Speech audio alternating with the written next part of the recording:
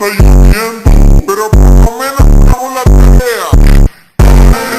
Se me mojó la tarea. Pero qué casualidad que hoy cuando toca realizar tareas se le moja. A dirección se te moja la